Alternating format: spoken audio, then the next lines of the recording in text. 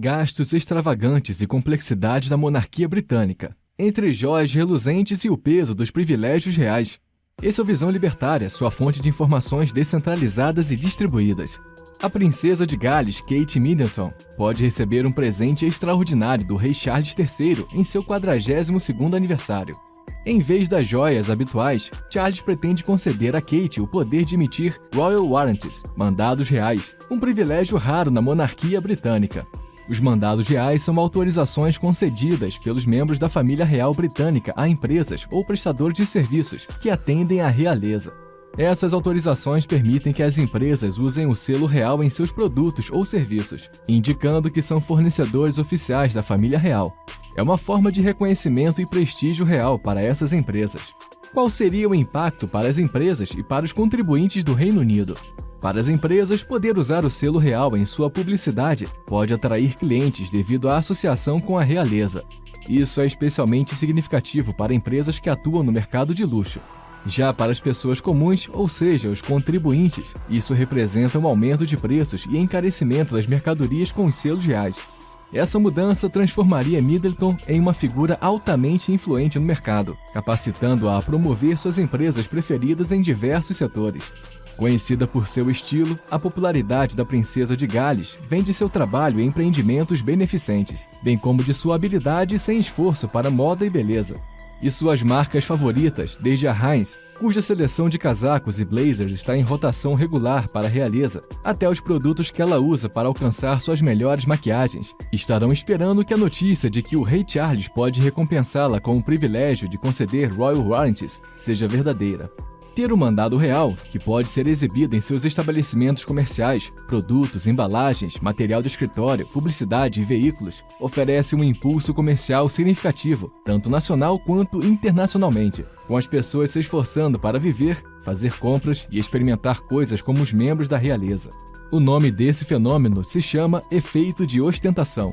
Refere-se à tendência de consumidores em adquirir produtos ou serviços de uma marca específica, não por suas características intrínsecas ou qualidade, mas simplesmente porque essa marca é associada a status, prestígio ou um estilo de vida considerado desejável. Quando pessoas ricas ou famosas usam determinadas marcas, isso muitas vezes cria uma demanda entre os consumidores, que aspiram a associar-se ao mesmo status ou estilo de vida. Infelizmente, as pessoas muitas vezes buscam pertencer a grupos específicos ou uma classe social mais alta. A busca por conexões sociais, aceitação e integração em grupos é fundamental para a saúde psicológica e emocional. Essa necessidade de pertencer pode influenciar o comportamento humano em várias áreas da vida, moldando relações pessoais, escolhas profissionais, identidade cultural e até mesmo preferências de consumo. O sentimento de fazer parte de algo maior, seja uma família, comunidade ou cultura, muitas vezes desempenha um papel significativo na formação da identidade e no bem-estar emocional. Então veja você quão oportuno é esse presente para a princesa de Gales. Ao conceder os privilégios a marcas favoritas da princesa, essa ação se torna uma interferência no livre mercado.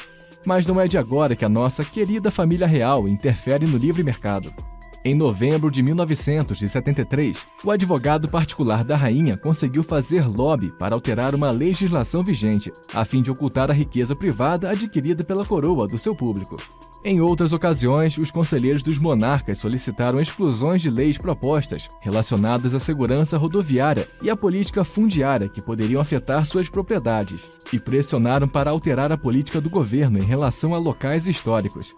Os advogados da rainha também fizeram lobby com ministros escoceses para alterar um projeto de lei, a fim de isentar suas terras privadas de uma iniciativa para reduzir as emissões de carbono.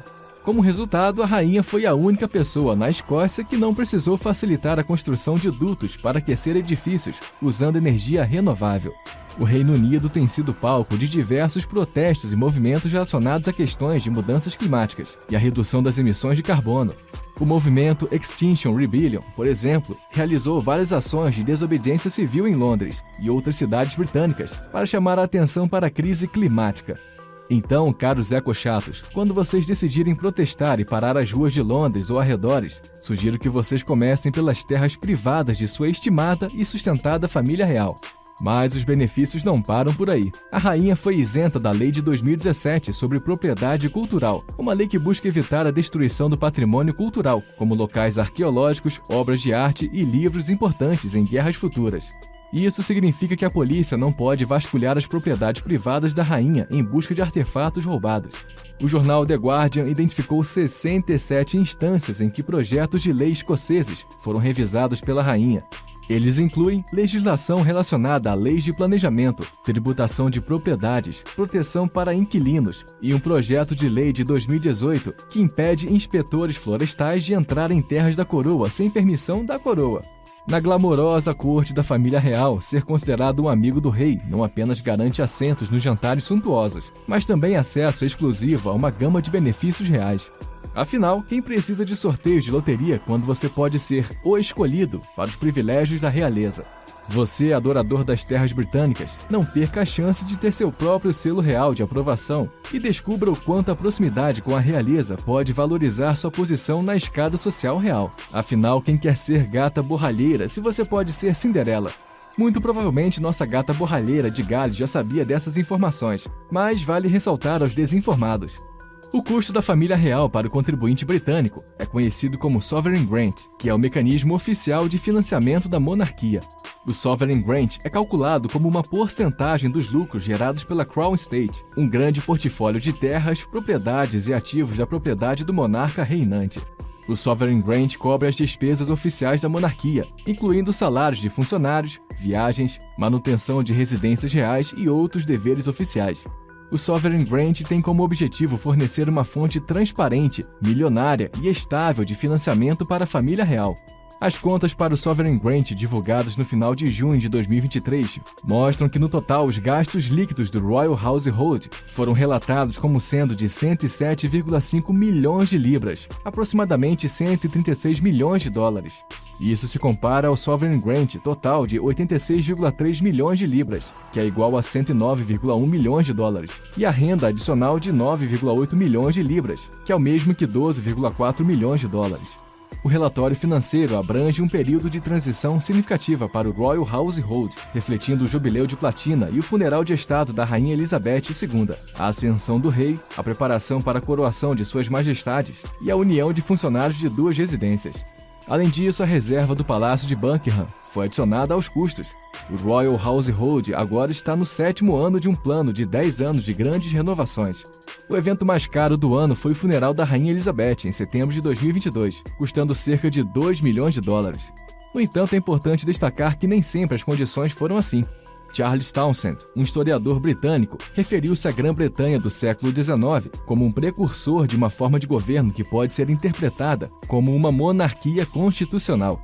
A monarquia constitucional é uma forma de governo em que o monarca exerce um papel cerimonial ou simbólico, enquanto o poder executivo e legislativo é exercido por autoridades eleitas, muitas vezes representadas por um parlamento. Durante o século XIX, a Grã-Bretanha passou por uma série de mudanças políticas, sociais e econômicas que moldaram sua estrutura de governo. Entre essas mudanças destacam-se o desenvolvimento do sistema parlamentar e a expansão dos direitos políticos. A Magna Carta de 1215 já estabelecia algumas limitações ao poder do monarca, e ao longo dos séculos o poder do parlamento foi gradualmente aumentando. Durante o século XIX ocorreram eventos significativos, como a Revolução Industrial e a expansão do Império Britânico. O aumento da urbanização e da classe média, juntamente com a expansão do sufrágio, contribuíram para uma transformação política. A transição da Grã-Bretanha para uma monarquia absolutista não foi impulsionada por um único evento, mas sim por uma série de acontecimentos ao longo do tempo, incluindo a Guerra Civil Inglesa e a Revolução Gloriosa, que moldaram as instituições políticas e estabeleceram as bases para o sistema parlamentar que conhecemos hoje. Essa evolução política foi vista como uma transição suave e uma influência positiva em outros países europeus, que em alguns casos ainda estavam lidando com sistemas monárquicos mais absolutos.